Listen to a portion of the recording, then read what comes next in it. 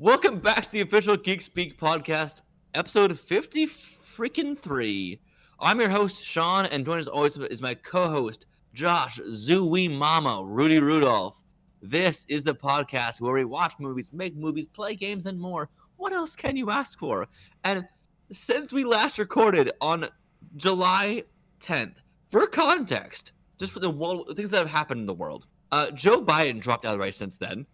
Kamala Harris has become the Democratic nominee. Tim Walz became a running mate. Josh went on a week-long vacation. They had a presidential debate last week with Kamala and Trump. Survivor 47 starts next week.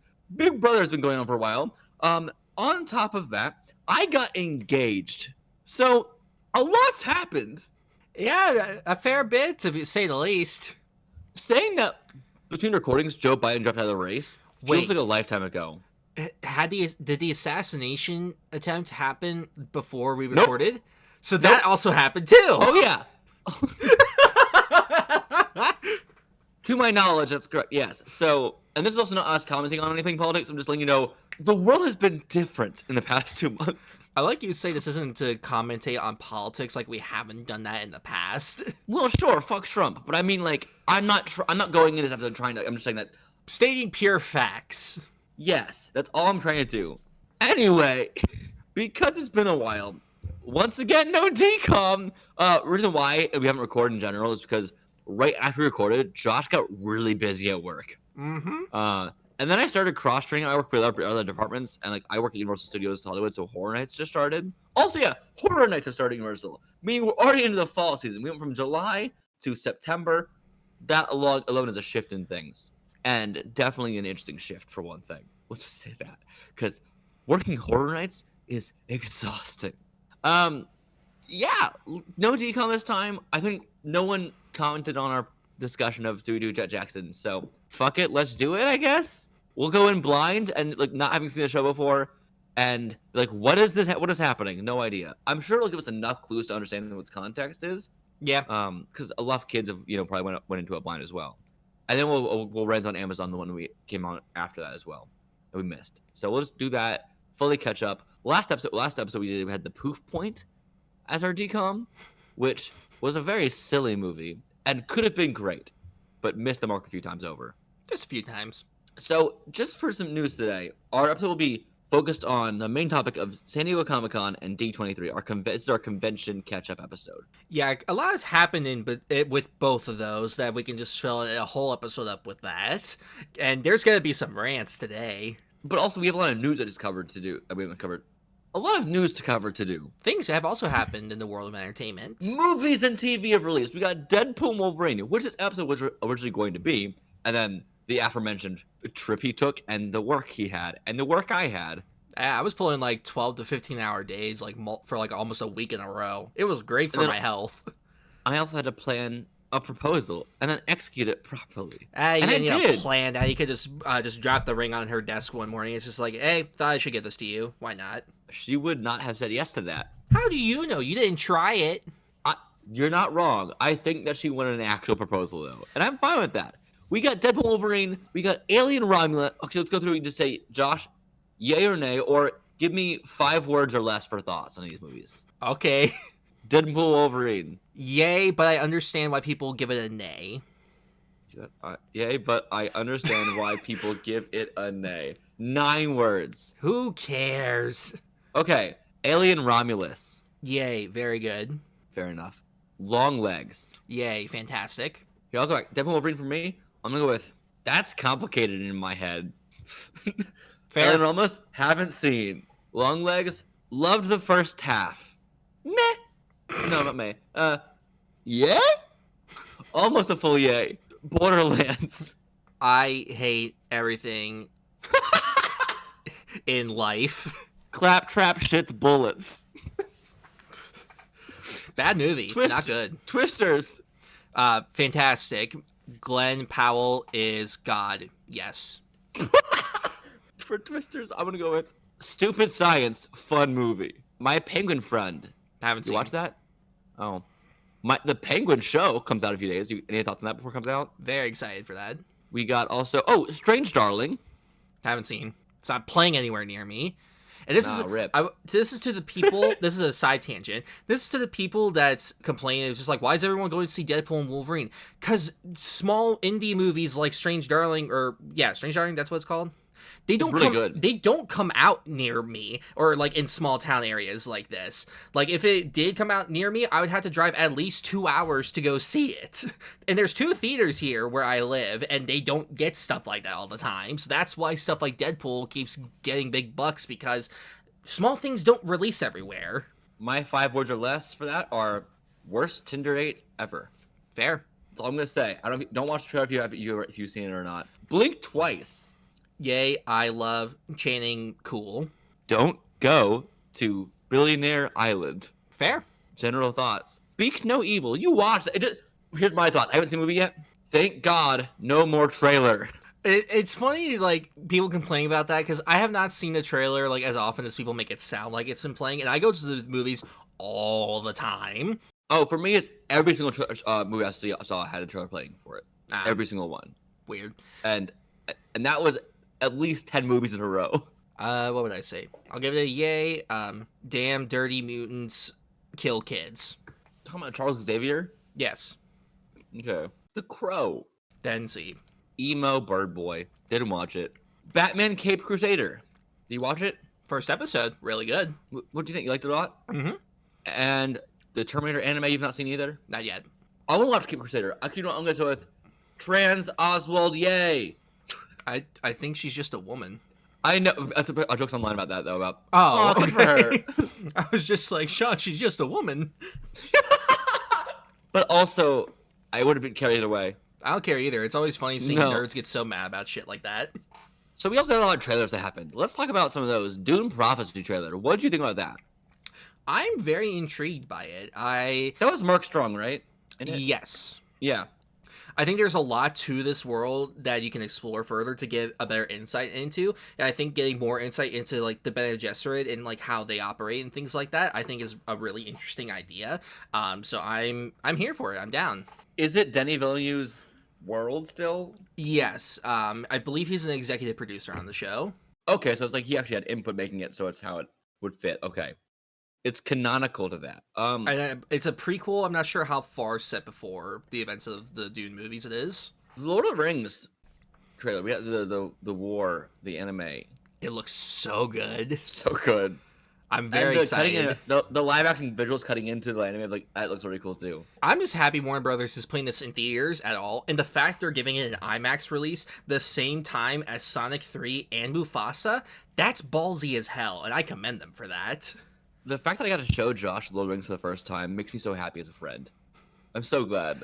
Getting to see him see the hobbits, getting to see him, like, I can carry you, is so cool. It's so good. And he's seen it in theaters since then as well. I think I've now seen the extended versions more than the theatrical versions, just because those are the ones that keep getting put in the theaters. Impressive. Good job. That's long. The Hellboy Crooked Man trailer and first look, I'm really on board with. It's not the vibe at all I thought of when I heard a new Hellboy movie, but I'm kind of down for this one going more of a horror route. Have you seen the original Hellboy movie? Or Golden Circle? Or not Golden Circle, Golden whatever? I think I've seen parts of the first one. I've not seen the second one, and I've sadly seen the 2019 one. You watched that one before the Ron Perlman? It was a new one. I was a thing. I watched Hellboy again. I've seen the original movie 2 or 3 times now. I watched the original one, and every time I'm like, this is good, but not great. I like it. I want to love it. There's always something missing for me. Mm-hmm.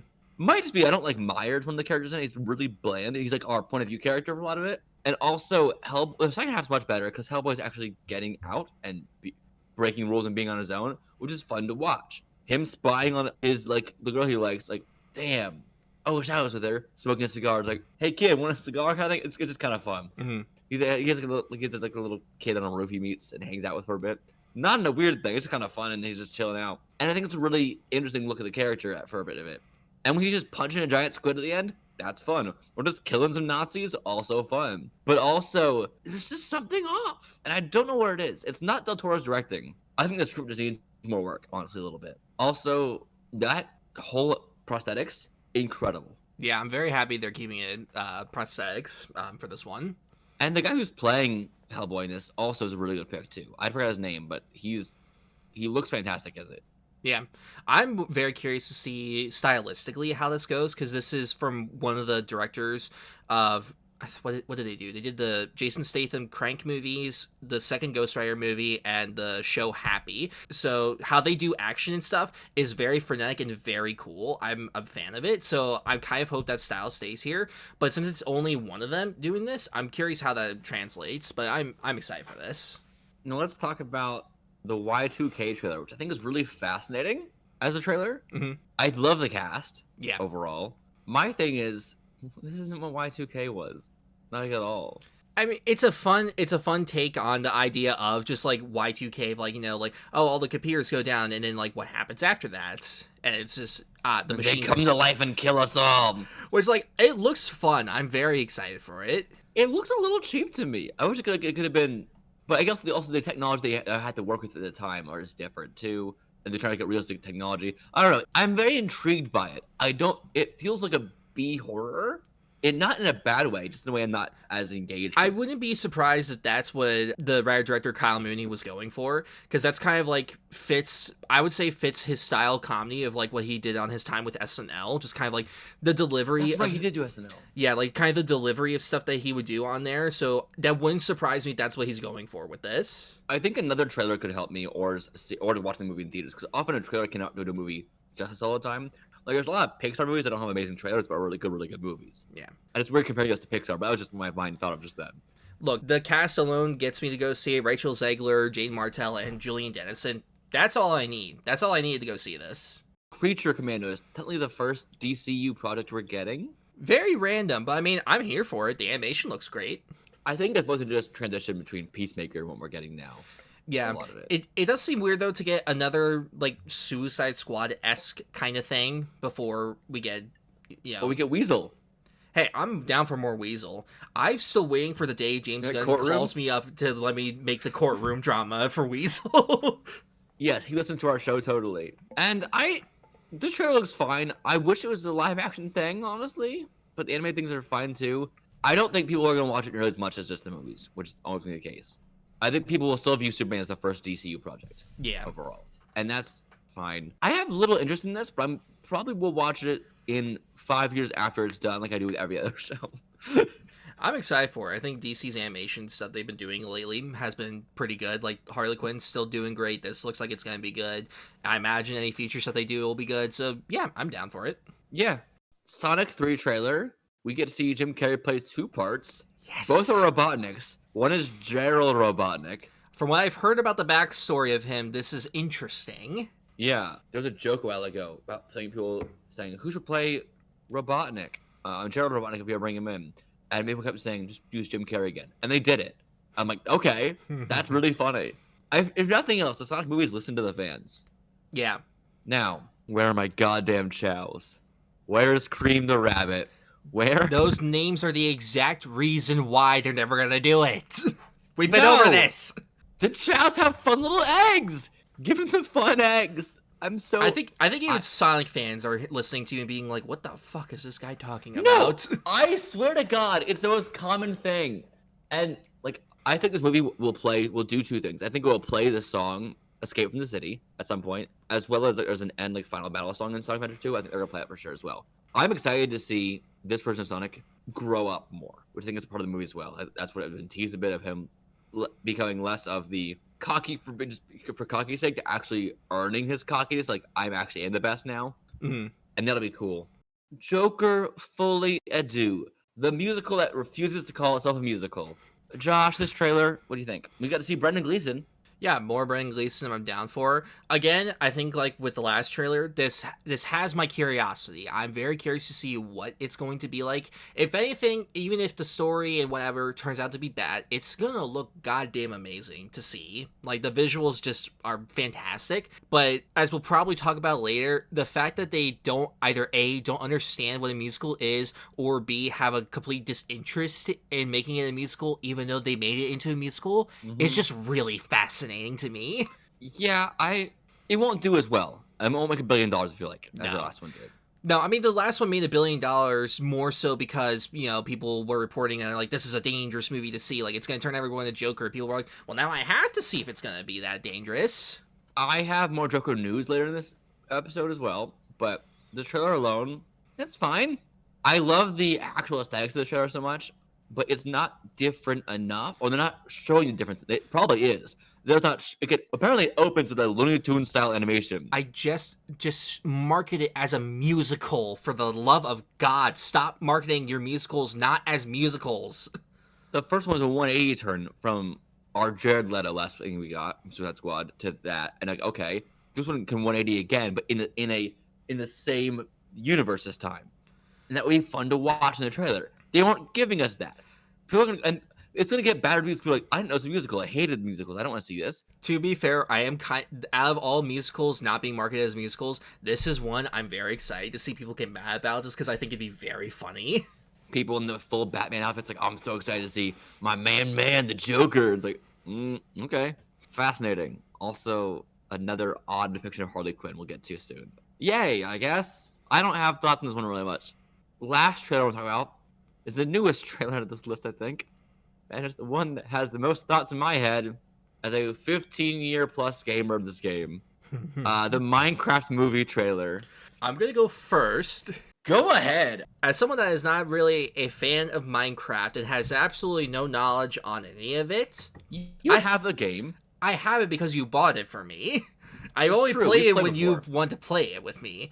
But anyways, I have no stake in this movie whatsoever. I don't care in any sense of the word. I just can't wait to see this come out and the fires that will rain down from it. It's going to be fascinating. The vibes of this trailer are already interesting. I don't know if that's a good thing or not. Getting the director of Nacho Libre and Napoleon Dynamite to make this was already an interesting choice, and I don't know if it's exactly panning out right now. Jason Momoa looks the way that he does in this. Why are they calling I have plot details. Why are they calling it a Minecraft movie? That's part of it. I think they're going to try and make more movies. I mean, obviously, yeah. Like, it's going to make money no matter what. No, because Minecraft is a sandbox game. This is just one story you can tell. So I might do a bunch of different things in the future. If you do not like this being live action, we are getting an animated Minecraft TV show on Netflix soon that looks more faithful and interesting. There's Animated, plus there's the Telltale game series, Minecraft Story Mode. Like, there's Which is other not good. avenues for him. Story mode is not good or interesting. I've heard It's a little funny at different. times. I've heard different to the contrary, sir. Really? I've heard great things about Minecraft Story Mode. It's made for the generation younger than me playing the game, for sure. There's a lot of like YouTuber cameos and stuff. I mean, that's interesting things. It's just not. They don't do that till like the like DLC episodes, like one of the last DLCs they did. Really? Game itself has like Patton Oswalt and Ashley Johnson play the leads in the main like story mode of the game, and then there's like some DLCs that they did later on.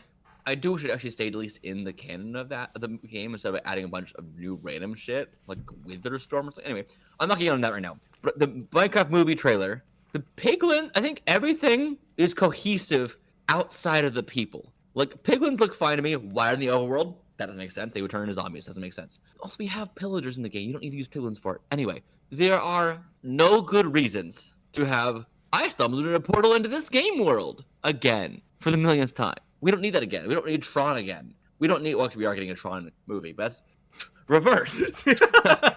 It's because the Jumanji movies have done well. I think that's why that idea has been like reinvigorated. Also, Jack Black playing Steve, who is most likely not a white character, is still funny to me. I never interpreted Steve in any kind of way. Everyone has pretty much for years as there's been a debate about Steve's race since the character existed. But here's a picture of Steve in original form. That is not a white skin. But some people are like, why is it white man? Also, is it a beard or a smile? Or we can't tell. It's hard to tell. So that's argued forever as well.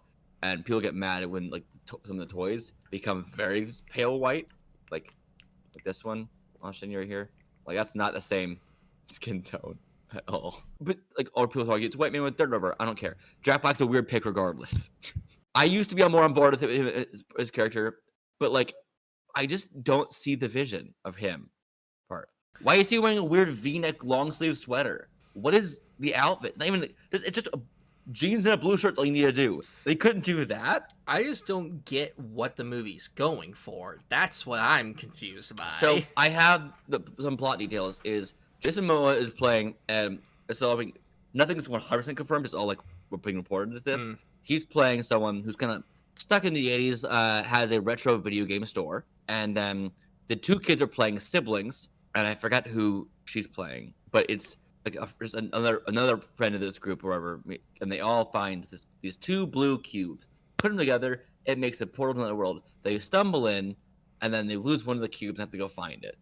And that's how they get back to the real world. Like, okay, that's a boring idea for Minecraft, the game of infinite possibilities. So is this a world where Minecraft, the video game, doesn't exist? I'm not sure. I just know that they stumble into the actual Minecraft world. And also on top of that, Jack Black's Steve reportedly is not from that world either. He's from the real world and has been going back and forth since the 80s and chooses to use most of his time in that world. I think the message will be similar to Ready Player One of like, don't get stuck in a game the whole time. Like, go live your life forever. Which is dumb for Minecraft's idea. Also, I really hope there's a real Steve in the game who's actually just a blocky man.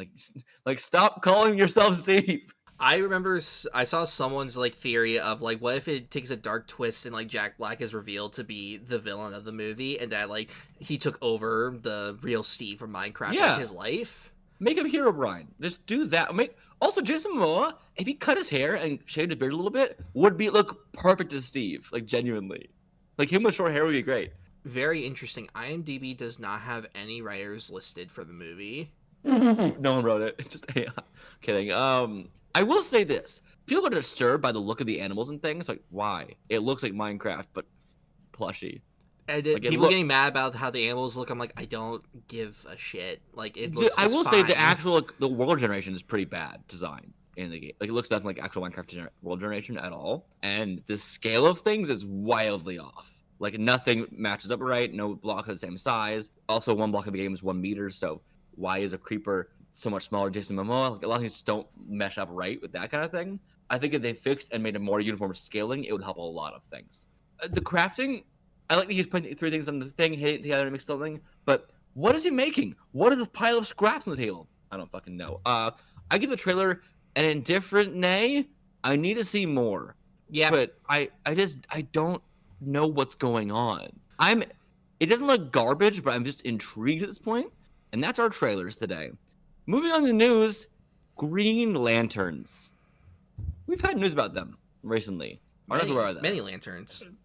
So, we're getting a Lantern show, has been confirmed, and their top choice was a wild top choice to play Hal Jordan to me. You and I discussed this off air, but they wanted Josh Brolin, a man in his 50s, to play Hal Jordan as a mentor kind of character to Jon Stewart, probably. And that idea of a mentor character to Jon Stewart is fine. I don't think he should be in his 50s, at most, early 40s, but I don't control what's happening there. I wish I had some control over DC. That'd be so much fun. I could play around on fun sandbox of characters. But Josh Brolin is the worst choice you could do for that. Why Josh Brolin? I don't get it.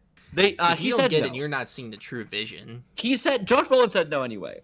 And then they went to McConaughey, who said no also. That's a more interesting choice to me. That is also a fascinating choice. And now the shortlist consists of 3 people. Ewan McGregor as one of them, which I think would be fascinating. Timothy Oliphant is also fascinating, and my favorite choice of the 3 is Chris Pine, who I think will say yes if he's asked. I'm fine with any of those.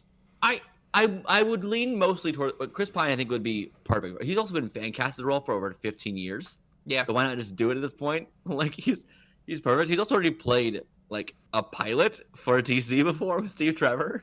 What do you think about these lanterns casting, Josh, for Hal? I think that any of them could be interesting. It just depends on who they go with. I think if it's any of those 3, I think that, it'll work out fine. I think that James Gunn knows what he's doing when it comes to casting. And, obviously he's not going to be the final person to make the call, but I think that he'll have a good input. So I think that he wouldn't have made these calls if he didn't think they would have been right for the role.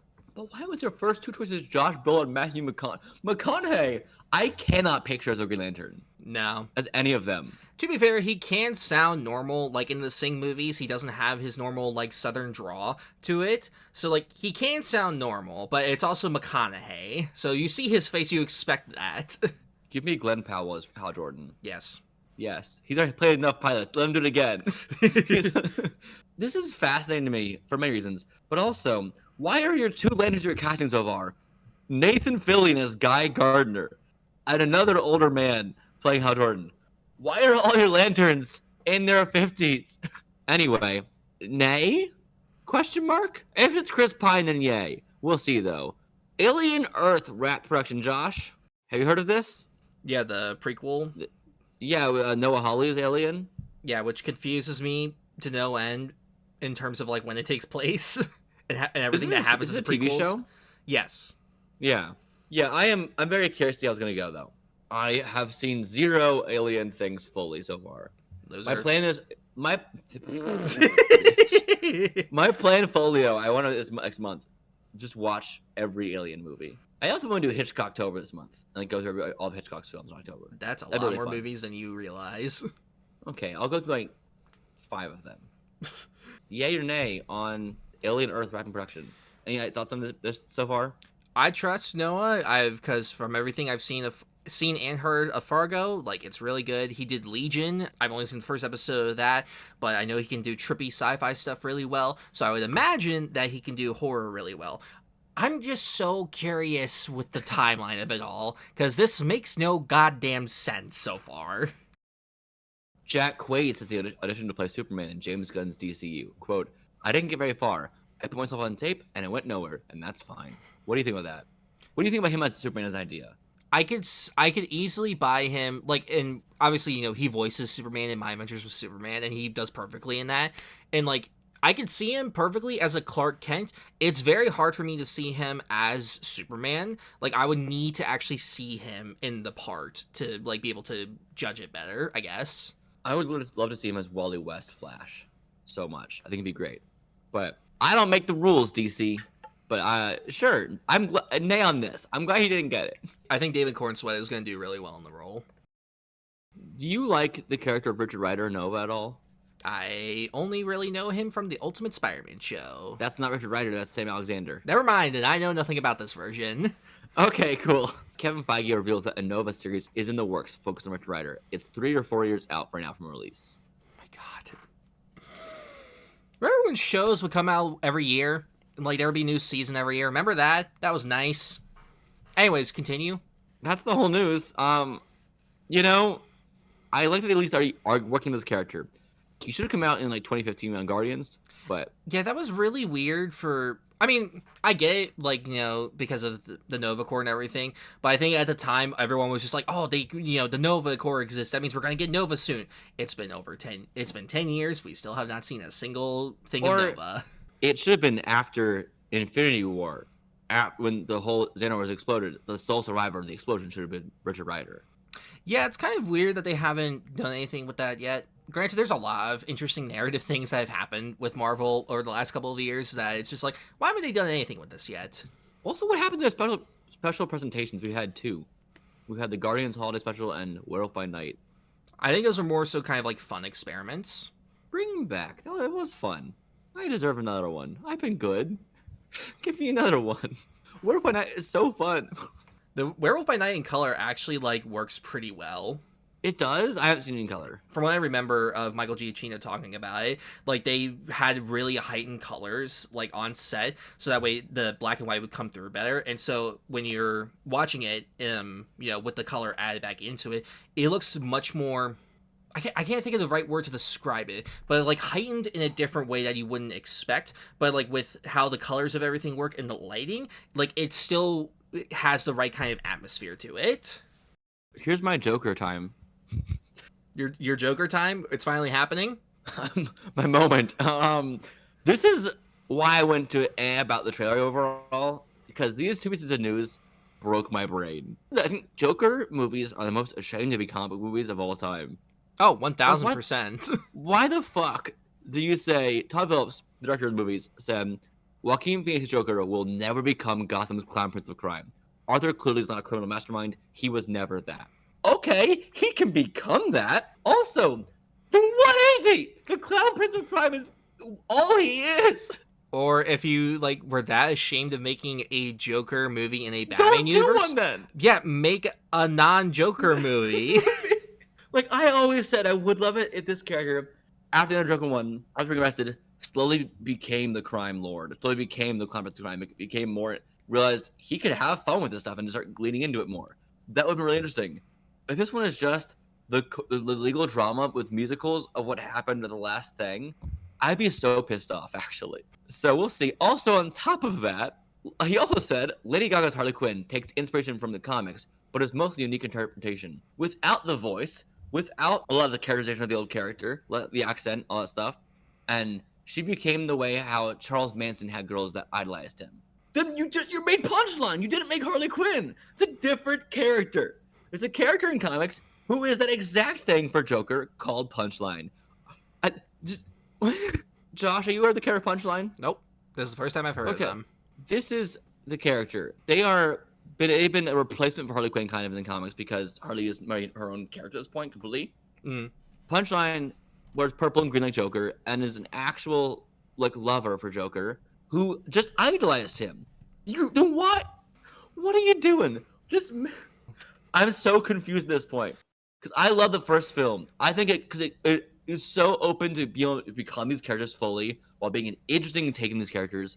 And Joaquin Keaton's portrayal is so pure and visceral. And I'm like, okay. In this one, we have Lady Gaga. I'm like, okay, interesting. Let's see where this goes.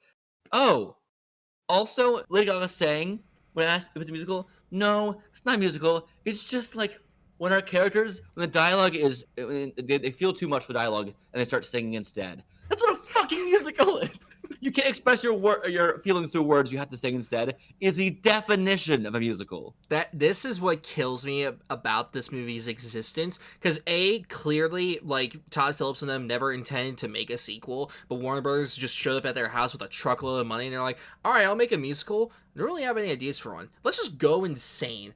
Let's make it a musical. Yes.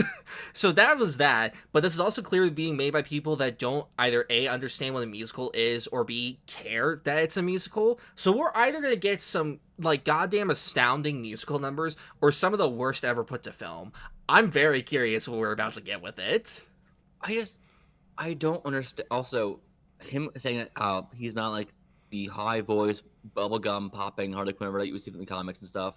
That's from the cartoon. Yeah, I don't think anyone was expecting Harley in this universe to act like that.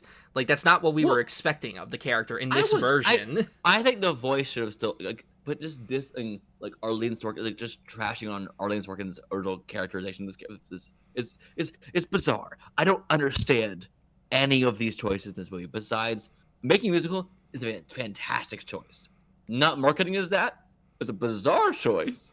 And then also he's not actually Gotham Clown Prince of Crime. He's just a dude which means that future Joker in that world who fights Batman will just copy this guy? Yeah, for what? This is also the thing with their interpretation of just everything in this world so far is it's too grounded in reality, more so than the Dark Knight or the Batman, for me to ever believe that Batman would even exist in this world. Just with how everything is, I truly cannot see Batman existing in this world. Reminds me, the Batman, this is in the notes here, but the Batman 2 news, Matt Reeves apparently will never do fantastical characters in these movies. I get it, but I'm still mad about it. This would have been a perfect opportunity because to start making it weird, you could add in Clayface now, or Mr. Freeze, or fantastical Bane who gets so bulked up. You could do that and it would work so well. Poison Ivy, I was I think stop being ashamed to be from a comic book. I don't understand. The first movie felt slightly fantastical in the world. It still felt comic booky enough where it heightened from more than Dark Knight. It felt more comic booky to me than Dark Knight ever did. The fact that they just have a guy they just call the Penguin casually, and he's like, "Yeah, it's me. I'm Oz and Penguin, whatever. That's fun." And they have Catwoman existing and just being Catwoman, and the Batman is literally just, "Come on in, the Batman." It feels silly in a way that. It's one of those things that just they want it to be taken so seriously while you still have a man dressed like a bat walking around and punching people. You still have a bit of absurdity to it all. So don't be ashamed to lean into it a bit more. Because also this world of Clayface could be perfect. That would be so Clayface could work really well. Mr. Freeze could work really well. There's so many characters that obviously, yes, it could be difficult for some things to be more grounded in reality, in quotes. But, Clayface, I think there's enough ways that you can work around it, that you can make it work and still have it be the character. The first Clayface was just a serial killer. Yeah, It just seems very odd to me, but this next one is set in winter, so we could be getting Mr. Freeze. So, like, I could still see them doing Mr. Freeze and still having it work. Just not be, you know, big man with big ice gun. He's just man who wants diamonds and shoots people. Yeah, so that's our Joker news. I'm so curious what this is going to be like when it comes out. I don't know if I'm excited for it, but I'm just very fascinated by its existence. Now, also news about we have a Marvel thing here. 2 pieces of Marvel news before we go into our Comic-Con stuff. This is just general news. James Spader will return as Ultron in the Vision series, releasing in 2026 on Disney+. First off, hearing news for a 2026 TV show?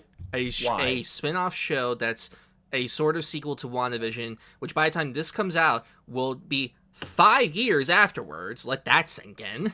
And also over 11 years after Age of Ultron. Good lord. It's like, okay, what are we doing here? Look, I'm all for James Spader coming back as Ultron. I think he is perfect casting for the character. He gets it so well. This is just very interesting. Also, him, like, because that body was, like, Ultron's idea of a body originally, the first Vision one, and White Vision is the reconstruction of that body. If maybe a piece of Ultron was still inside that body somewhere, dormant, that'd be interesting to me. If it's like a dual personality kind of thing of like the two of them fighting for control, that could be interesting. I doubt like that's what's Alien going to be. X Ben 10 style, it'd be really cool to me. Yeah, will it be that? Probably not. Again, I'm still mad Vision is alive again. They just found a loophole for that. I am Vision. I'm very pissed about that. I would like death to have meaning in comic book movies and shows, but they don't, and it pisses me off.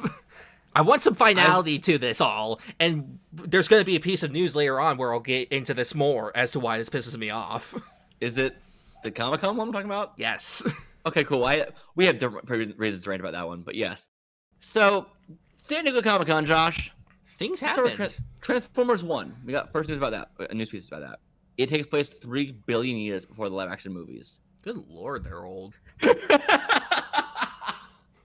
Like, goddamn, that's a long time for a war to be going on. I feel like at some point you would try to have peace talks. Wait, you said before the movies? This is canonically a prequel to... in the same universe, yes. Huh? Yes. I'm so confused.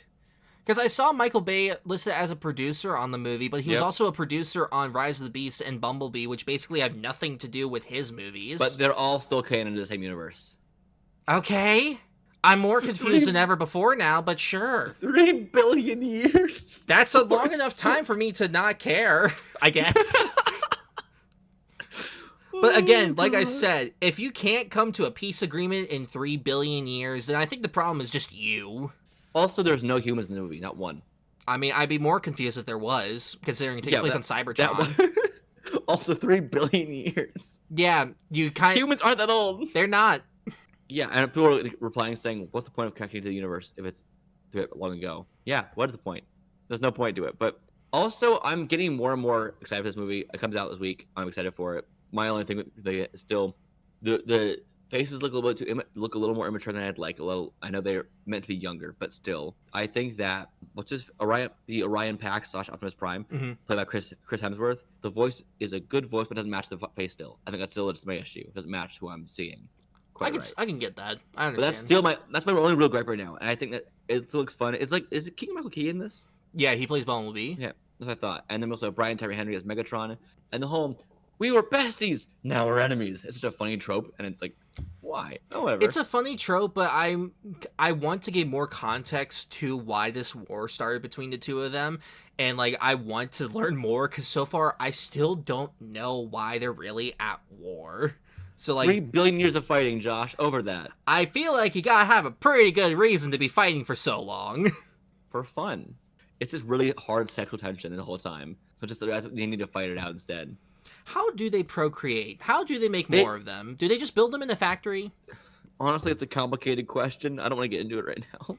Look, all I remember was when I rewatched the movies last year, they're apparently either birthed from eggs or there's like a creator of them. The movies also don't keep track at all of their lore, so nothing makes any sense in them, which makes it funny by the 5th movie, but it's still frustrating. I've seen 1 through 4. You should watch 5. It's the funniest of them all because it's terrible. Isn't Tucci in it as Merlin, even though he's also in the last one beforehand? As yeah, he's Merlin in the 5th one. Why is magic canon in this world? It's not really magic, it's Transformers, so it's like Transformers magic. Again, nothing in these movies make any sense. Let's get into The Boys. Do you like The Boys? That's a show. I enjoy it. The 4th season's very good. I don't remember if Are we you talked caught about up the on last everything? one. Yes. I am not. I've seen 1 through 3 and Gen V. You probably should catch up on 4 before you get spoiled for you. It's good. I don't care anymore. Jensen Ackles will officially return to Soldier Boy for the final season of The Boys. Yeah, that's kind of expected. Also, a prequel series to The Boys is in the works, starring Jensen Ackles and Aya Cash, who played Stormfront. It'll be a twisted murder mystery about the origins of, in the 50s, the early exploits of Soldier Boy and the diabolical maneuvers of a soup known to fans as Stormfront. Interesting. Also, Eric Kripke, I call he's the showrunner. Yeah. Teased that The Boys prequel series may include the first Hero-gasm event. He said, I think it'd be crazy not to. Soldier Boy and Stormfront founded it, and they're two leads of the new show, so why not? That's The Boys news for Comic-Con, really, I wanted to talk about. What do you think about that? I don't know. I feel like once The Boys, like, the main show ends, I don't think I would want any more of it. Because that story is so self-contained, and, like, once it ends, like, it's not supposed to continue afterwards. And I know this is a prequel, but, like, still, like, I don't think this is something I would want to see more of necessarily. And I love this world. I love these characters. But I feel like, once I get that ending, that'll be enough for me? I don't know. The point also of The Boys is often making little jabs at other things like this. And you've already had, this is a second spinoff? Which they're still making fun of this concept in the show. So it just makes it even more questionable. I think it's also poking fun of itself at this point. Because it's being self-referential. Like, okay, whatever. But you know what? Sure. Honestly, Herogasm was a bit tame for what I expected it to be like. I feel like in this season alone, I've seen more graphic things than I saw in Herogasm. Okay, so it does get less tame. Oh boy. Yes. I'm not even... Okay, moving on from The Boys. Yay or nay on all The Boys news?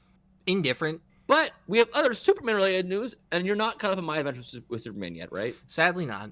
I'm almost caught up in Season 2. I love it. I've seen the first 2 episodes, I think. Season 3 announcement. That won't spoil anything, don't worry. But Superboy will appear. Cool. And he'll look like this. The leather jacket, like the classic look. We got the shades. Now, this is not the Superboy that is his son, correct? Correct. Cool. That is basically the 90s look of Con Kent. Cool. Connell, who is the love child of Lex and Clark. I do remember that from Titans. They didn't really explain it better in that one. They didn't? Not that I can remember. I don't care. That's a bad show. The first season's okay. Sure. It doesn't end well. It doesn't end at all. It doesn't end at all. That's the thing. It stops. And then season 2 is a sharp dive. Yeah. Season 2 is like, wrapped up, let's go, move on. Oh man. But yeah, go on. I like this. I do a lot. Also, yeah, so for those who don't know, main Superboy, Connell, is the DNA mixture, the lab clone of Superman, but they had to finish the human, they finished the DNA, so they used Lex's DNA. So it's just the love child, or the hate child, I guess, of those two. Really cool character. I'm a big fan of the character overall, and I love the look that they're going with here. I think people get mad at this because, like, he's not white. I'm like, and who cares? It's a clone of an alien. Who cares? The white people care. That's who cares. Giancarlo Esposito, cool guy. Is that I assume he's a cool guy. No, but I assume he seems cool. He seems chill. His character for Brave New World, the movie with the Israeli superhero in it. That is not really confirmed yet or denied yet. We have no idea what it's gonna be. Well, we do know that the character of Sabra has been retooled to be a CIA agent now. But at the same time, why include them in the first place? Why cast a former IDF soldier in this? A lot of other things there. Anyway, Giancarlo will be playing a Sidewinder, which is the king of the Serpent Society. If you don't know what a Sidewinder looks like, not a guy in just a jacket, shades, and a gun.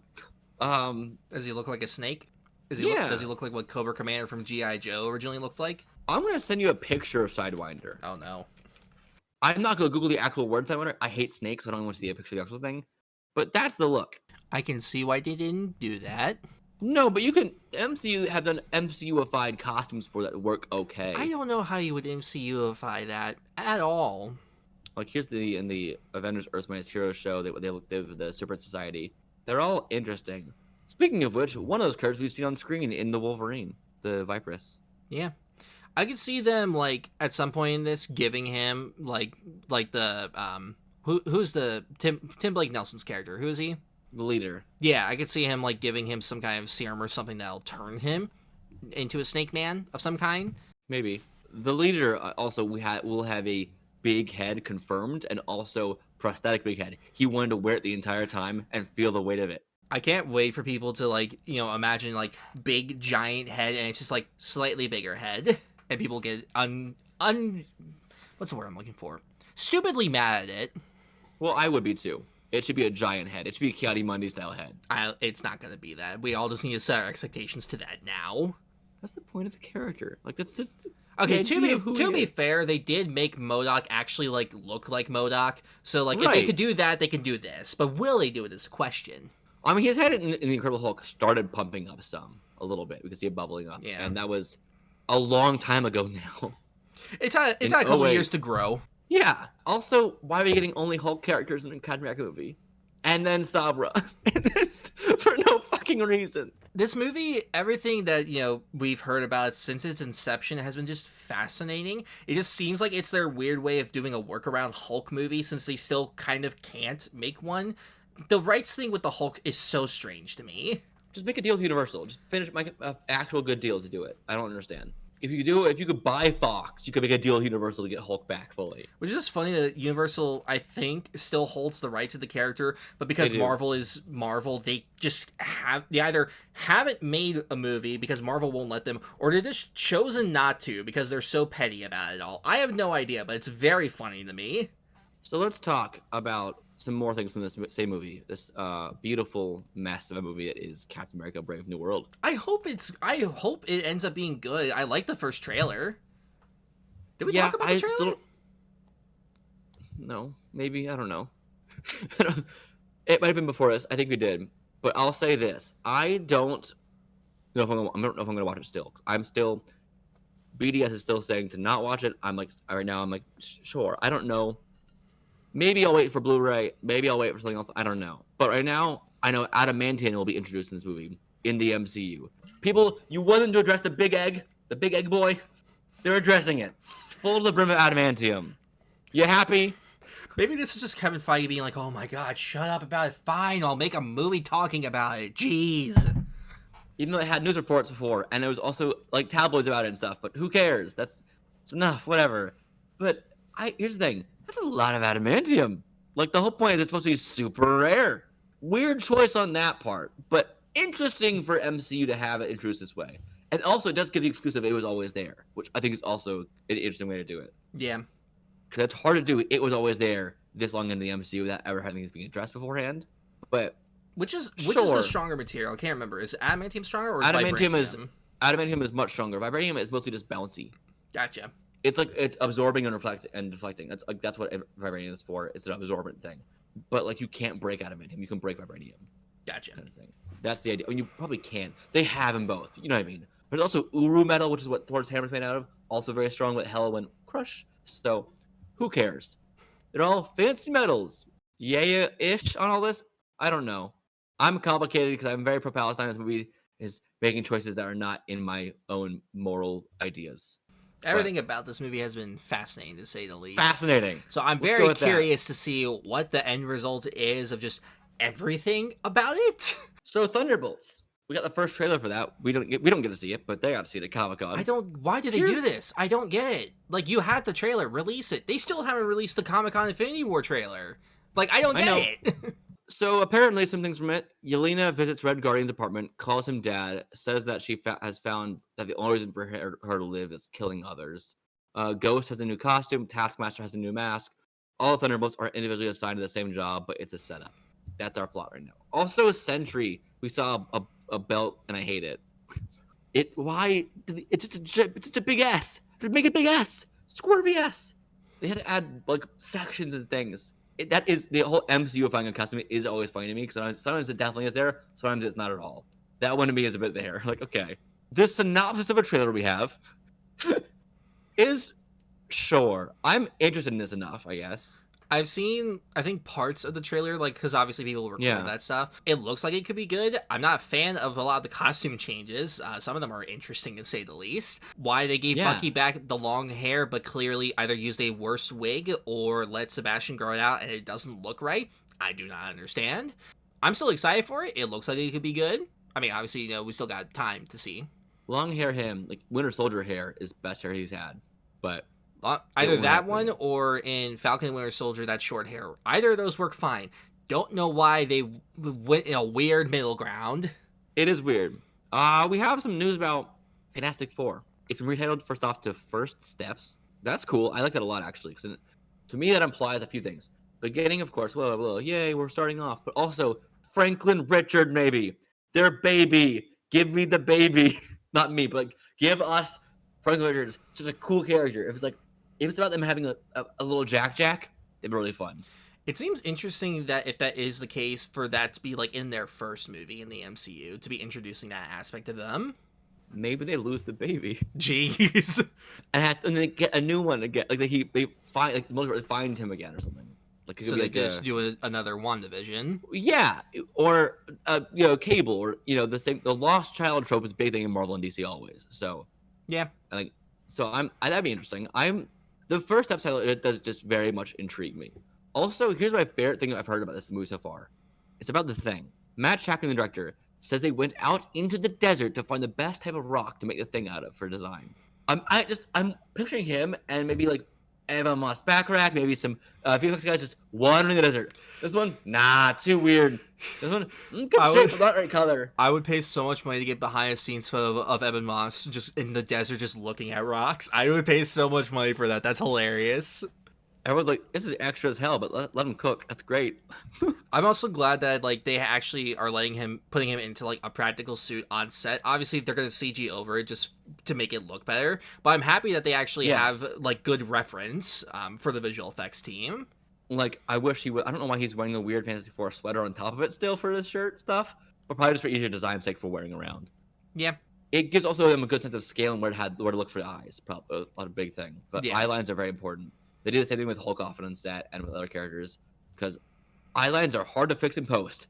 Whew, yeah, and definitely. Since the Thing is like pretty much normal human size, at least in height, you can actually like have a person in a suit for that.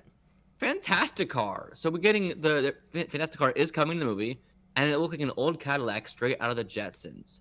I'm super. Every news I hear about this movie makes me more excited. The only complaint that I have is how Joseph Quinn looks in the movie. His hair is interesting, and then it's perfect. No. What?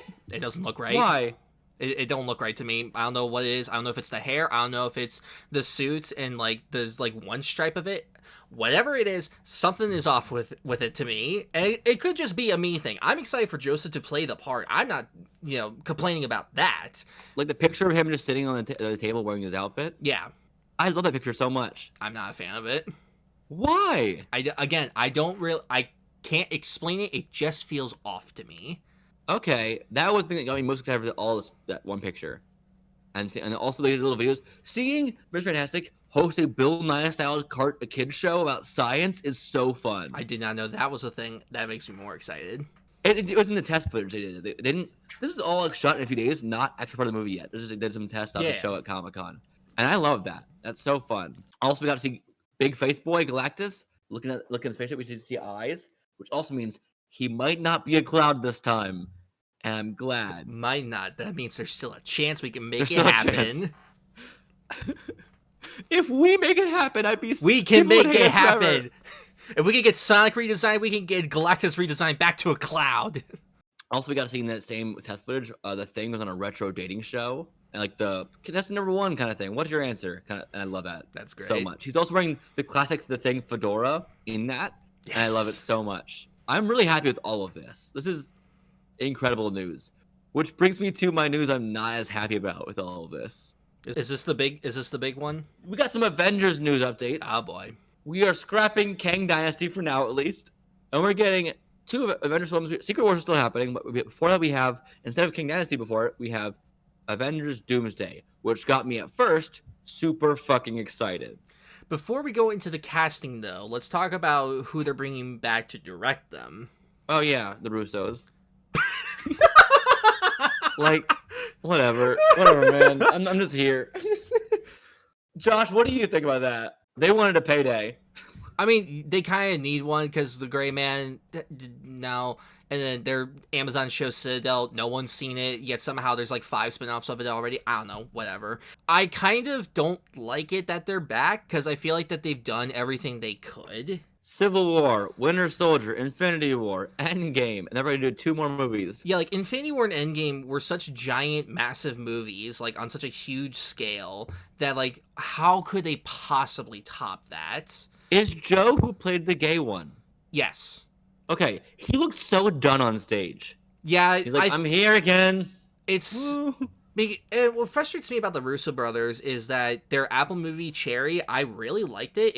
To me, it felt very different, but people didn't like it, and like I can get that to a certain extent, but like I feel like that they kind of feel directionless as to what they want to do as directors, so they've kind of stuck in the spy genre for a bit, and now because that didn't really work, they're going back to Marvel. And obviously, more so for a payday, but, like, it feels very weird to me. When I say he looked on stage, I'm not insulting him as a person. I'm not insulting his work. I'm saying he might have really excited for this. Might have been tired. But I don't sense the enthusiasm right now. And that's the thing. Like, I want people who are making this movie to be like, I get to make the Avengers. I'm so excited for it. Give someone else a new chance. Like, Sam Raimi himself expressed, like, wanting to make the Secret Wars movie, and he, like, you know, him expressing it already is cool, but he's also Sam Raimi, so, like, it could have been really fucking cool and interesting. Like, my problem with Multiverse Madness was not with the direction. It was with the script. I feel like that if they had gotten Raimi, they could have done some really cool stuff, but and this is going into conspiracy theory territory here, Multiverse of Madness, for the most part, was very much a Raimi movie and not much of a Marvel movie. And if he got to make Secret Wars, there probably would have been a lot of clashing between him and Marvel as to, like, what to do with those movies. So right. That could be why they didn't go for it. Or, like, you know, he sent them a pitch and they didn't like it. It could be as simple as that. I don't know. It's very fascinating. I'm not super excited they're back. Like before we had it with King Dynasty, Destin Dan Credit was going to direct it at one point. Yeah, he was going to direct that at one point, and then it was rumored. Well, no, after he left, it was rumored that Sean Levy, it was either going to be Kang or Secret Wars. I don't remember which. He was rumored for one or both of those. Secret Wars, I think. Secret Wars. Yeah, he handled the supporting cast well. Is the argument? I'm like, okay, no. But like, I want to know why. Okay, Kang Dynasty, just recast Kang. That's all you had to do was recast any other person in the world. And again, like, we've heard rumors that like it could have been like Jonathan Majors in his contract had stated that like no one else was allowed to play Kang, which is why he played every variant of Kang. Which is a smart plan if you're gonna be someone who's constant variants. That makes sense. So you're always gonna be one on screen. Yeah. But if that's the case, there should be like a morality clause or like, you know, a legal clause in there to stop that. Yeah, it's very bizarre to say the least. But yeah, I guess this kind of leads into who they are replacing Kang with. Not a Romani actor like that should be playing the part. Not a new actor, but Robert Downey Jr. as Dr. Doom. Victor Von not a Tony variant. Which is, here's the thing. I hate the idea of our Doom being a Tony Stark variant. But you know, I hate at least it makes some sense in the context of MCU. He's playing an original Victor Von Doom, which just doesn't make any goddamn sense at all. That's like having Dan Radcliffe play Harry Potter in the first 5 movies, and then he plays Voldemort. It's very... It's like, what? It's so strange of a choice. And look, I love Robert Downey Jr. as an actor. He is fantastic in Marvel and everything else that he's done. I would love to see him play villain roles and stuff like that. This just feels so weird and random. Like, why? That's what I don't understand, is why? Viggo Mortensen playing Aragorn in Lord of the Rings 1 and 2, and has an epic, and then imagine he dies in the third one in an epic way, and then you make a 4th one, and he comes back this time as Sauron. It's like, what is it? And they don't address it differently. He's just playing a different part. That's what this is at this point. I 100% believe at this point that in Secret Wars it is going to end in a final battle between Robert Downey Jr. Doom and Robert Downey Jr. Iron Man. Whether it be, his original Iron Man gets resurrected somehow, which at this point I could fully believe them doing that, or if it's a variant, it's gonna end that way. I don't want that. Like, the thing about Doom also, the only interesting thing about, I'm not saying I like the idea of casting him again. I hate it. That's like my least favorite thing the MCU's ever done. But the only interesting thing about bringing back an old actor like this, or a huge actor to play Doom again, is, oh my gosh, it's the guy we recognize. But here's the thing with that: Doom has to keep his fucking mask on, otherwise it's not Doom. That means if they recast him, they're clearly gonna take the mask off, meaning also they're failing at the character. There's not a win-win here. That would be like if in Deadpool you had Ryan Reynolds just look like himself, like no scars or anything like that, and he had his mask off like 95% of the time. Yeah. Like, it's a very bizarre choice. Granted, though, I feel like that he will keep the mask on for most of it, and it'll be like in flashbacks or something. We'll see him with the mask off or something. I don't know, but like, or a reveal. Oh my God, it's Iron Man. Who is Tony? Like, what the fuck? It's gotta have that kind of reveal to it. I would be very surprised if they don't have that, because that's a bad idea. It's just so the whole thing is bizarre. There's no reason for it. You know what's better than having a reveal of he looked like my friend we're fighting? A better idea would be, oh my God, a terrifying new threat we could never expect named Victor Von Doom. That's good enough. Just do fucking that. I think the thing, though, that pisses me off the most about this whole thing is his payday for the two movies by himself. Oh my God, I hate He's getting paid almost $100 million for 2 movies. That is fucking ludicrous. You can make everything ever all at once a dozen times over. You can never convince me that any actor in anything should get paid that much. Like, I don't care how famous or not famous they are, not a single person needs to get paid that much. Like, it is ridiculous. You can make Godzilla minus 1 over 5 times over with that money. You can make so many things with that much money. And, like, that's just him. What is the budget for these movies gonna be? Like, without that, like, how expensive are these gonna be? And we've already had layoffs from Disney and other things too in other departments. Just like fucking pay people right. Also, how about for this? You fucking pay the comic book artists and writers who create these characters more. Yeah, that's also another thing. Like, that money could go to them. Like, there are so many ways you could use this money in a much better way than this. And, like, I don't know why he got paid this much. I don't know what he would... Granted, I will give him this. He has produced a lot of things since Marvel, like, that he doesn't star in, that he's just a producer of, that, he gets, either original stuff off the ground or, adaptations that, normally wouldn't get made. He has been doing that, so I could see that being the reason. It's still fucking insane, though. Also, not one Romani characters ever played by Romani actor in the MCU. From Scarlet Witch, Quicksilver, their kids, and there's also one of the witches in the Covenant, Agatha, also supposed to be Romani, all whitewashed at this point.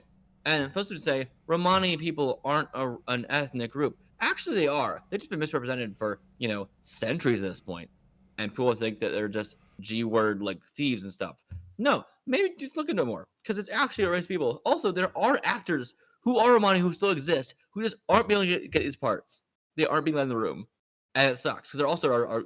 I saw recently there's an actor who looked perfect for the part of Doom, who's a Romani actor, fit the exact part. He's like 6'2", super handsome and stuff like that. I'm like, okay, and he also acts really well. Like, that would be interesting. Have an audition. It's also so weird because this kind of like this makes it seem like it feeds into the idea that the MCU is dying, so they gotta pull a big stunt like this to get people interested. And it's like, it's not. This is an Avengers movie. It would make so much money no matter who would play Doom. It makes no sense. You could have gotten a completely unknown person to play Doom, start their career and everything like that. You've done it before. You did it for Ms. Marvel recently. Again, it's bizarre. Charlie Clapman is a British Romani actor with over 450 TV credits, who looks like he's 33 years old and has the look I think would be perfect for the part. Also, I know it's not looks on everything, but he also has actual awards under his belt too. Like, he's not like just some guy. I'm gonna send you a picture, Josh, of this guy. Yeah, he could play the role. Again, he's also in Rebel Moon as a docking officer. All right. That sounds really inappropriate. He's been in a lot of different stuff and a lot of different roles. I think he could do it really well. Or just like generally any Romani actor let them audition. If you could find a perfect Miss Marvel who's an unknown actor, you can find a perfect Doom who's an unknown actor. This is very clearly a case where the casting department was not involved in any way, shape, or form. You cannot convince me they were. Yeah, like whose idea was it? Who decided this? Anyway, I hate it. There's no reason for it. I don't think I've seen anyone that has said this is a great idea. This is a great casting choice. Most of the reactions I've seen have been very negative to it. So it's going to be fascinating to see how this all plays out. And who knows? I'll play devil's advocate. Maybe it's amazing. Maybe they find a way to make it work out really well. Who knows? But at the end of the day, this is stupid. Some people are arguing that it's like, well, you'll still see the movie. Like, yeah, I'm not going to boycott the movie because I don't like the casting. You're allowed to criticize something and still say good things about it or still see it. That's how criticism works. That's how critics get work. They have to watch things that are good and bad also. Or that would be like going to see a movie, getting mad within like 10 minutes of them doing something, and then leaving saying you're not going to watch the rest of the thing. You can't give a proper opinion on something if you haven't seen it. I love Avengers Endgame. I think it's a very flawed movie at times. It's got many flaws. It's very messy. Spider-Man No Way Home, 5 stars. It's got plenty of problems, but I still love it. Like, it's a mixed bag for sure, but it's a great experience to watch. You can love something, say it's perfect, but still acknowledge the flaws of it, because there really isn't anything that is truly perfect. And who knows, this could be like, you know, a fantastic movie, but this could be like the one flaw, and it could either make or break the movie. Who knows? It's still several years out, so we'll find out. Yeah. Because Doomsday releases in 26 or 27. This is like 2 years away from us at this point. 2-3 years for all this. Oh! That's a lot really soon. That's a lot sooner than I thought. I thought, maybe I'm wrong. Avengers Doomsday. Yeah, 2026. So 2 years from now is in the first one. Oh my, that's close. And I don't know if they started filming. I don't think they couldn't have started filming yet. No, but I'm willing to bet that they've been working on this. I really would love it. I would love it if RDJ is just a Doom bot who gets killed immediately. They're not going to do that. They're not. I know. They're not doing that. Wouldn't that be amazing, though? It'd be an amazing reveal. They're not going to do that, though. Also, if they just, to address the Kang thing, we just see the original rumor of Doom coming in and just wiping them all out, show his power. That'd be kind of cool. That'd be funny. I don't think they would do that. I think they'll go into some legal troubles with that. Just show the back of their heads for all of them. Don't show any faces. Yeah, I hate this.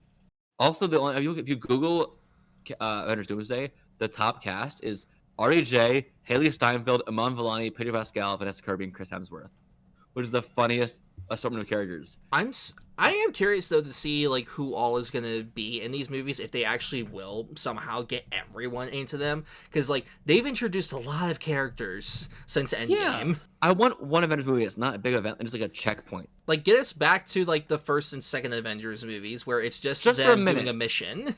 Just like the idea of okay, and where is everyone? We also can establish new Avengers teams, like West Coast Avengers for one thing. We had the regular Avengers team. We had the new Avengers, the young Avengers. I've never teams going on at once. Like it does feel very weird that this could also boil down to because of all the different shows and movies they've been working on. Just because everyone's schedules just can't align, they haven't been able to make an Avengers movie. That could be a reason why, which also is a big problem with Marvel's production pipeline. I would love it so much if the start of this movie showed just. We just skip through. We see different teams working. Like we see West Coast Avengers. We see a Defenders working. We just take a look at different independent teams just doing their things, like it's been going on for a bit. That I'm actually fine with, because they kind of did it with Endgame with the start of it. We saw a few years have gone by. You see like they're just calling and checking in, like life is normal.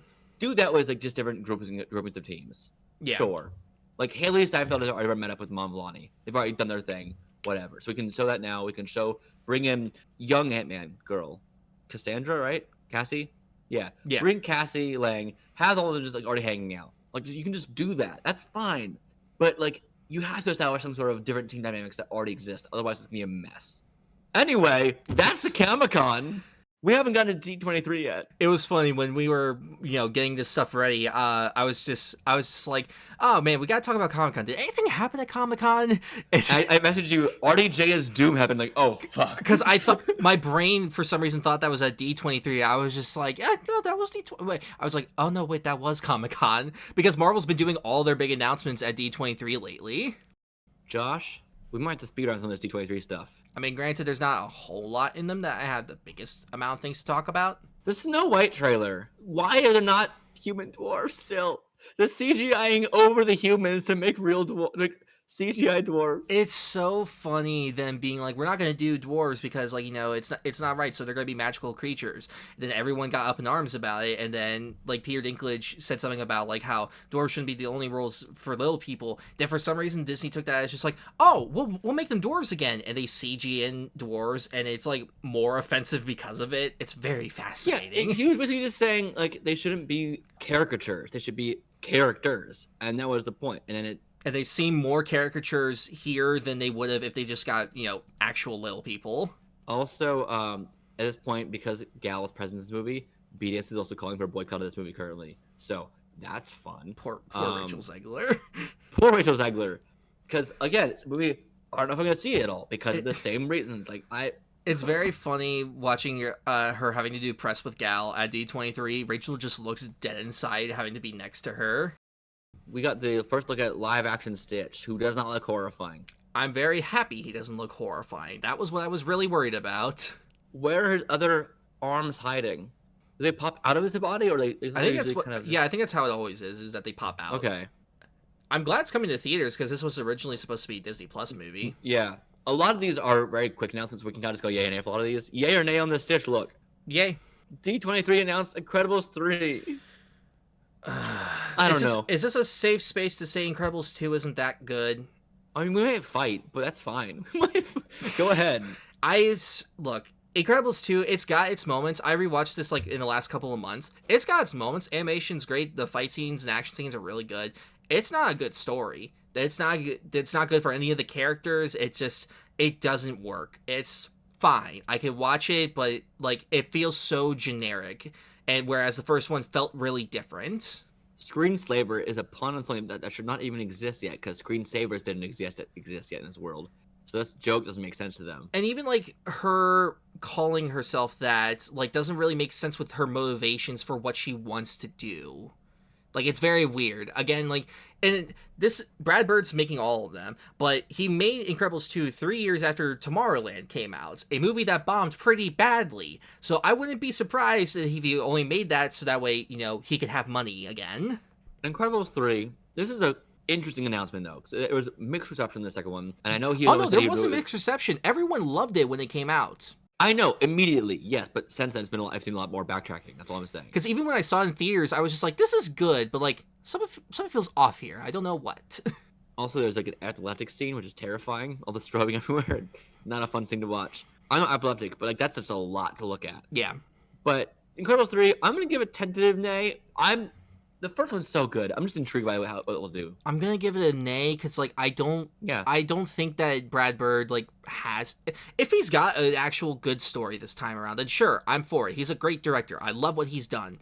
But like Iron Giant. This is very clearly like going into Disney's like plan of just like only sequels, nothing original anymore, because original doesn't do well, even though original stuff for them has done really well, and the stuff that didn't do well was because of COVID. That's a whole other thing. We're not gonna get into that. Go on to the next thing. It's gonna make me mad anyways. So next thing is a Toy Story 5 announcement / teaser. We knew it was gonna happen before, but the vague detail of we see the concept art of toys in this corner looking sad while a kid plays with the iPad. This is an idea that I think could work. Here's the thing. I hate the argument. Do we need another one? No art needs to prove its existence. It can just exist and that's fine. I am curious though, because a lot of people are like, we don't need number 4. It's terrible. Like, number 4 is a pretty good movie. 4 is good. It's just like you can't compare to the third one just for how amazing of an ending that one is. Now, is Woody actually back with them, or is it just a concept art piece, you think? He's got to be back. I would be very surprised if they didn't, because he's integral to the series. Which, again, it just makes me question. It's just like, you've had 2 endings now. Now we're going for a third ending here. Kind of ridiculous. But again, I will say, I like the concept of this one. This could actually be pretty interesting if they do it right. Now, is an iPad a toy? Does it have sentience? Is it knowing that you're watching inappropriate videos on it? Does it know that you're watching Cocomelon for hours? Does it know that you're watching nonstop Bluey? Does it know what you're doing the whole time? From what we've seen in Toy Story 4, because they have smartphones in that, no, they're not alive. until it's used. Because Forky became used as a toy, and once you begin to play with something, does it become a toy? I don't know. I'm very curious as to the logic of this movie so far, and I don't think the we'll iPads are going to become sentient. I would laugh though a lot. This is intriguing, for sure. Zootopia is coming. 2 is coming in 2025, and Frozen 3 is coming in 2027. Thoughts?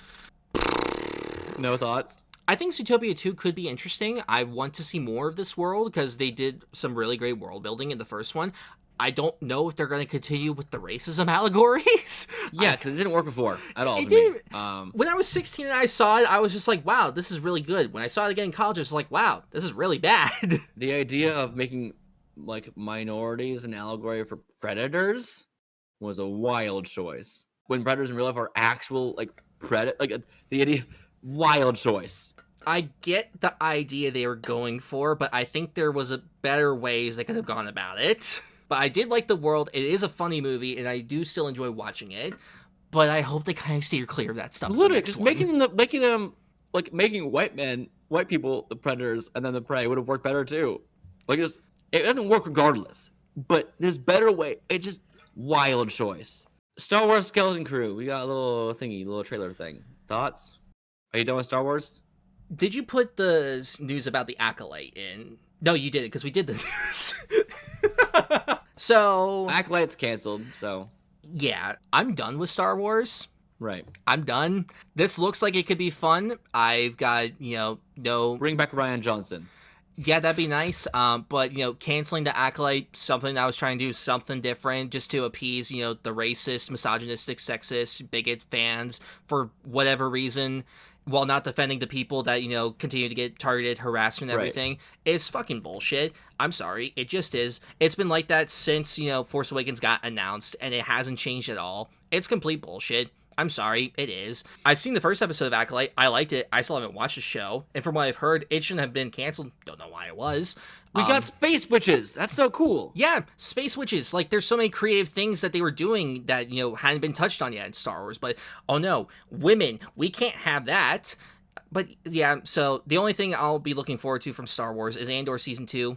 Afterwards, I'm done. People are like, Acolyte breaks lore. I'm like, all of Star Wars breaks all of Star Wars lore. That's the point of Star Wars. It's having fun on itself. Let it be. There's a difference between criticizing something and then just hating on something before you've either seen it or whatever, for whatever bigoted reasons. That's not criticism. That's just being an asshole. People also review bomb the wrong thing online. Yeah, that just goes to show they don't actually care about watching the show.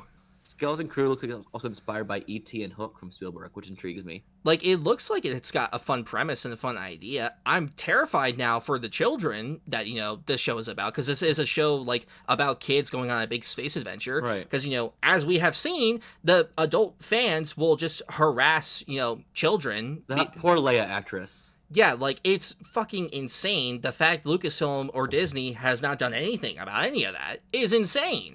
Like, remember when Ewan McGregor made that video about, hey, stop harassing, our actors, and then Star Wars had the gall to retweet that? Like, that was clearly just him doing a good thing because he's a decent person. And then, Lucasfilm hasn't said or done anything since about any of that. Is absolutely insane to me. So, yeah, Andor Season 2, and I guess Skeleton Crew. That's all I'm looking forward to. I'm not going to watch anything else. We also have James Cameron's third Avatar, Book 3, Fire. Coward. Fire and Ash. Coward. It's coward. Call it the Seed Bearer like you originally were going to, you coward. Also, this feels like it's literally just him joking about Avatar: The Last Airbender at this point. I don't think he really knows about Avatar: Last Airbender, nor does he really care about it. They had a huge lawsuit about this before. It was like a huge not lawsuit. There was definitely a huge genuine issue with the two of them. Well, if it was just over the title, then that's one thing. But I don't think he's watched the show or knows anything about it to care about it. Because apparently he had a trademark on the name Avatar for cinema before he made a movie back in the 90s. So when they make Avatar: Last Airbender, they had the words "The Last Airbender" in the title. The Last Airbender crew before I talked about how the Way of Water is a diss on them as well as never doing. They said, what's next? Book 3, Fire. And now they're doing that. It's like, okay, great, people. But I think it would have been funny if they did Earth and then Fire, because we did Air, kind of the first one with the dragon things, and we had Water, Earth, and then that would have been really funny. But I don't really care. I don't like either one of them beforehand. You like the first. You came around, and I hate you for it.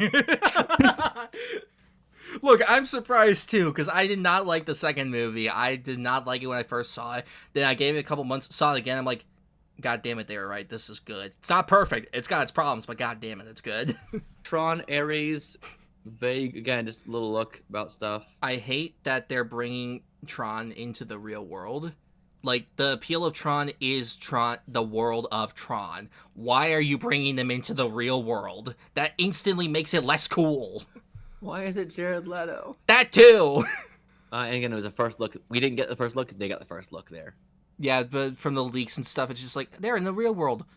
Why? No one asked for that. People just wanted them in the Tron world with Daft Punk music. That's all they wanted. Mufasa gets a new trailer. I don't care about this in any way. Why did Scar adopted? Why does it look worse than the first one? Like, I think it looks more cartoon-like, which is the point. The problem is that the first one, it felt like, at least like they shot at real locations. That's how detailed and how realistic it felt. This one, you can feel it was made in a computer. And again, this is not to diss the animators and the visual effects artists that probably had to go through so much crap to get this to work in terrible working conditions. This is not a diss on them. This is just a diss on the film's existence. It should not exist. And I hate that this is live action in quotes, because the idea of the story could work really well in hand-drawn. But also, making Mufasa an orphan and his adopted brother takes the fun away from Scar's character of just being a jealous bitch. Other way around, is Scar being who is adopted? No, Mufasa's the one that's being adopted. I've seen the trailer enough to know that Scar saves Mufasa. Scar is the one that saves Mufasa and brings him into his family. Hold on. Are they calling him the actual name this time? They're calling Scar Taka. That's what he's going by. Yes, that's why he's in the. That's his canon actual name before he's got the scar. It's also funny that they try to differentiate the two of them because, they look like realistic lions by one having, like, paler fur than the other. But in this image I'm looking at, I'm like, who is supposed to be who here? I can't tell. According to Wikipedia, Scar is the adopted brother of Mufasa. Yes, I was right. No, I'm saying that Mufasa gets saved by Scar and adopted into his family. So technically he's still his adopted brother. I'm reading the thing right here. There he meets fellow lion Taka, a prince who becomes a brother to Mufasa. So he's already the prince. Oh, this is all bizarre. That's what I'm saying. On, and that's the end of our segment. It's time for a super weird story. All right. D23. What was more interesting to you, Comic-Con or D23? Looking at it all overall, Comic-Con's more interesting. Comic-Con's more interesting, but not for the right. It's more interesting, but for the wrong reasons. Yeah, So I'm gonna make you more mad today for super weird story today. Okay. So, Josh, what is our super weird story segment? I know nothing about comics. I barely know anything about it all, and so Sean tells me weird things about it that make me go, God, this is why I don't read comics. Yeah, I still love comic stuff. To be fair, it varies in between wholesome and problematic and weird and fun. It all varies a lot. Yes, it also can get very convoluted very quickly. Have you ever heard of the Swordsman? Because I have. That is the most insane thing I've ever heard in my life. What, you didn't like when Mantis became a plant person with him? I never said I didn't like it. I'm just saying it was insane, and the whole saga of him is insane. Okay, so let's talk about, what do you know about the issue labeled Forced Entry? The what? Green Lantern, Volume 3, number 54. Ever heard of it? Is this the one where he confirms himself to be a pedophile? This is about Kyle Rayner. I don't think that name is familiar. Yes, you do. I do. Yes, it is. He's one of the main lanterns. We talked about literally the other day. We did. Okay. There's a villain called Major Force, who is usually a Captain Atom villain. And anyone who knows what I'm talking about immediately knows this part of the story. There's a phenomenon was discovered in comics because of this, called women in refrigerators. Oh, this whole thing. Now I know what you're talking about. So, or fridging for sure, which was an interesting thing. But this gets gonna get complicated for a second. As it always does. Let it get, well, it's not super complicated, but so Major Force is a villain. You know how the strong vendetta that Reverse Flash has against Barry Allen? He really doesn't like him. This is going to be a similar vibe. Is it just like a petty anger kind of thing? Kinda. Major. Fuck. Sorry. This is gonna get crazy. Major Force is tasked to retrieve the Green Lantern ring that Kyle Rayner has and find anything he can about the glowing green rock. The agency that hires him gives him information about Alex DeWitt, who was seen with Green Lantern, which is his girlfriend, Kyle Rayner's girlfriend. That same day, Kyle learns about weird sightings of random things popping up everywhere, like dinosaurs, conquistadors, and even sightings of Elvis Presley. Oh, okay. Kyle goes to investigate the events, leaving Alex alone in the house. Moments later, after Kyle leaves, Alex answers someone knocking the door. A strange man shows up and gives flowers to Alex. Alex reads the letter. "I'm going to kill you," the flowers say with it. Okay. Horrified, Alex runs away from Major Force, this villain, and tries to defend herself using a kitchen knife. Unfortunately, Major Force resists the knife and strangles her, leaving her dead body in the kitchen floor as he mutters, "I'm hungry." Okay. Then. I feel like for this common trope, you deserve context of what actually happened. That's why I'm going to give this a bit to you. Got it. Meanwhile, Kyle finds that Los Angeles was replaced with the same city, but from the future. All right, then. After saving a woman from fallen debris, the futuristic city and its inhabitants fade away, bringing the LA of 1994 back, which is where this was written. When Kyle returns home, he finds a note telling him to check for a surprise in the fridge. As he opens the door, Kyle finds Alex's corpse stuffed inside, as completely dismembered and chopped up. As Kyle starts to panic, Major Force shows up behind him, taking credit for the kill. Filled with anger, Kyle blasts him, crashing through the house's walls and onto the backyard.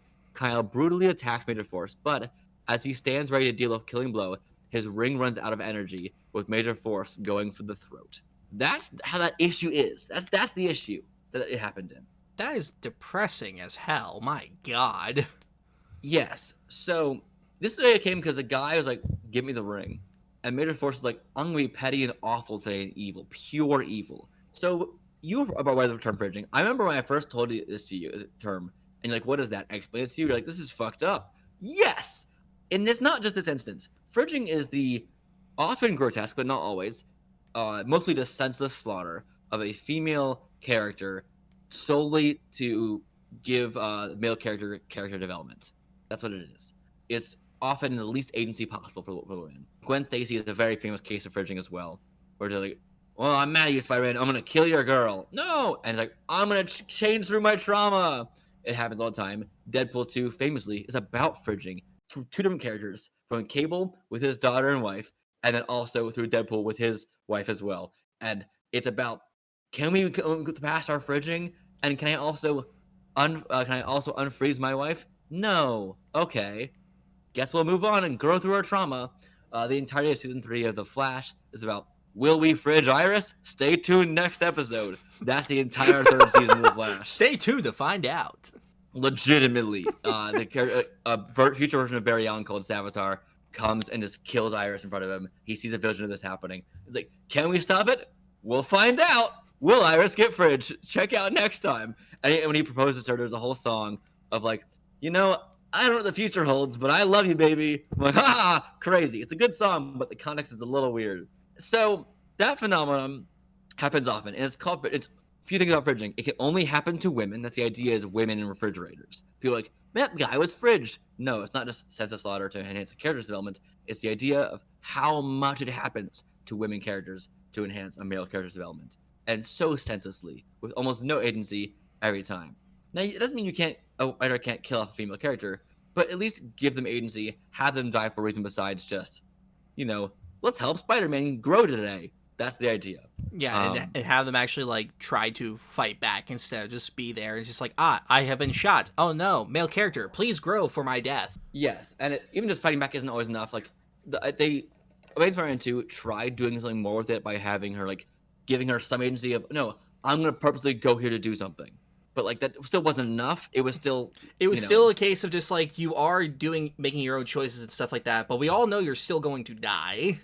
And just very senselessly, just because Green Goblin was like, "You're Peter. You said you were Spider-Man, or not Spider-Man." I'll give it more credit though, because Goblin wasn't, at least He tried once during that to kill her, and she died, through circumstances not because of necessarily him, I guess. But he only killed her to hurt Peter. That's the idea. Well, no, I agree with that. I'm not saying that that's not what was happening. But the example often is, if something this ever does happen to a man, they often get unfrozen or cooled, or thawed out, is the idea. It means they're revived, and often to the exact same level they currently were before, or better. Like, i.e. Red Hood, is the idea. Yeah, it happens all the time. If it happens to a man, they get revived back often quickly, and it's usually, I am more powerful than I've ever been before. Where if it happens to a woman, they get paralyzed. Barbara Gordon, for instance. That kind of thing. I think it happens all the time. It doesn't mean it's always this is the black and white. This is how it happens, but that's the general phenomenon. Now let's dive in a little deeper. You think that DC would learn his lesson? I'm going to take a wild guess and say they didn't. They probably leaned in harder into it because of it. I title this section "Fridges and Ovens" because Major Force came back to Kyle Rayner's life. Oh no! And did the exact same thing again to his mom. Wait, I thought that you said that he killed him. He didn't kill him. No. Major Force, the issue, remember his power ring ran out of power beforehand. Yeah, but I thought you said that he slit his throat. No, Major Force went to front of Kyle's throat. He couldn't kill him. And the issue ended with just a kind of just a fight happening. Next issue, it was kind of just like they got away and stuff. He was injured, whatever. Major Force came back years later, and let's talk about that one for a second. Oh no, this issue here. Were these done by the same writers? I don't think so. Oh no, that makes it worse. I know this is kind of more at the point. If we are self-referential a bit, like this is kind of funny. It's like let's just make a joke about it at this point. It's fucked up. That was but because this is the other one was issue 54. This one's issue 180, so it's been a while. And this comment on this says, "If I was Kyle Rayner, I'd never buy a home in the kitchen. I'd be too traumatized." It's fair. So in this issue, Kyle walks in. Mom, you were right. I feel like that helped. Are you asleep already? Mom. He walks in. He sees glasses on the floor. He goes, "Oh no," and then immediately runs to the fridge and opens it, and no one's in there. He's like, "Phew." Just that, which is a little fun. He goes, "Get a grip." He's talking to himself, and then he looks around, sees from distance. Oh, come on now. You don't really think I'd repeat myself, do I?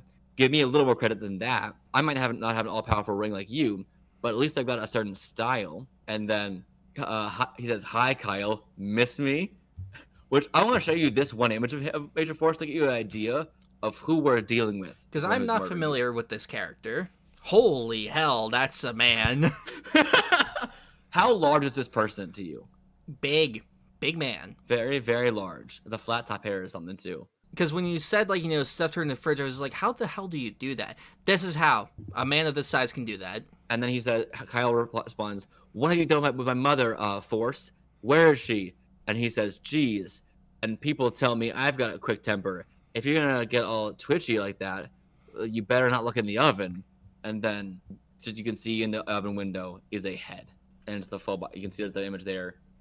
So, DC didn't learn a lesson. No. For the same character, did it again. Which, I think this was meant to be a joke this time. It was meant to be like, hey, can we do it to Kyle again? Can we do it again? Because there is a running gag for Kyle Rayner fans about fridges. It's almost always brought up in general. I know every fan I've heard talk to says they would either never want to see a fridge on screen next time ever, or have on screen his first contract ever is him making a fridge. I think if they wanted this to come across as a joke, then it would, there still would be someone in there, but he would be like, "Who is that? That's not my mom." Like, it was just like the housemaid or something like that, and like he would just be like, so awkward. Yes, this is fucked up. I wanted you to gain at least a bit of context for everyone here about fridging, as also for audience too. This is what fridging is. It's awful. It's never something the writer should aspire to do. I will say in Deadpool 2 that after it came out, to the credit of the writer, who had never heard this before, despite doing it twice in the same movie, a fan asked him, "So how do you feel about the fridging in your movie?" He says, "What is that?" And then he looked it up, and then when he realized what it was, and like, "Oh shit, I shouldn't have done that," he in the Once Upon a Time Deadpool movie he did, they referenced fridging as like a nod to it in that point. It's like, okay, at least I can't change the plot, but I can at least call it out. And that way he's like trying to learn from it, which I think is a good idea, to try and learn from things like that. I knew you know what Kyle's girlfriend. I wanted you to know it happened to him again. Has it happened a third time since? Not to my knowledge. I think they've learned a lesson this time, at least, with Kyle. Josh, that's our show. What a fascinating way to end this. And you were correct. I was not aware of where that story was going to end. How it's going to go. Josh, where can people find you online? I'm at places on the internet. I'm at Instagram at J_Rudy16, at Twitter at J_Rudy28, YouTube at Josh Rudolph, and Letterboxd at Nerd4Film28. And Sean, stop shaking your head at me. I'm fine with my names being the way that they are. You can find me on Instagram and TikTok at That Nerd Theater, on Twitter at The Theater Nerd, because I didn't have characters I could use. And we can email a show at podgeekspeak@gmail.com, or you can tweet us with #GeekSpeakPod or at GeekSpeakPod on Twitter. You also could join our Discord down below to have real-time conversations with us, talk about nerds and geeks and culture and this whole stuff. It's very fascinating. For better or worse, from moms and in ovens and girlfriends in fridges to the Bat Kid himself getting a wonderful day celebrated to him, to reality shows about superheroes, we will cover it all. So please to stay tuned for Punisher next doing blackface. This is the first story. And Lois Lane. This was the first thing he ever told me, and boy, howdy did that set the precedent. I didn't say, hi, I'm Sean. Do you know Punisher did a blackface? It wasn't like the first thing I ever told you. That's not what I was in reference to, but that would be even funnier if that's how you started every conversation of when you meet someone. Hi, did you know the Punisher did blackface? Anyway, yeah, watch our show, listen to it. You can find us anywhere you get podcasts. YouTube, Spotify, Amazon Music, Amazon, Apple Podcasts, whatever. Anything you get podcasts, we're all there. Please go leave a nice review and a 5-star rating. It really helps the show a lot. Thank you, and we'll see you next time for whatever the fuck we talk about. Probably Beetlejuice, maybe. We'll find out. What do you think? All right. Probably see ya! Transformers.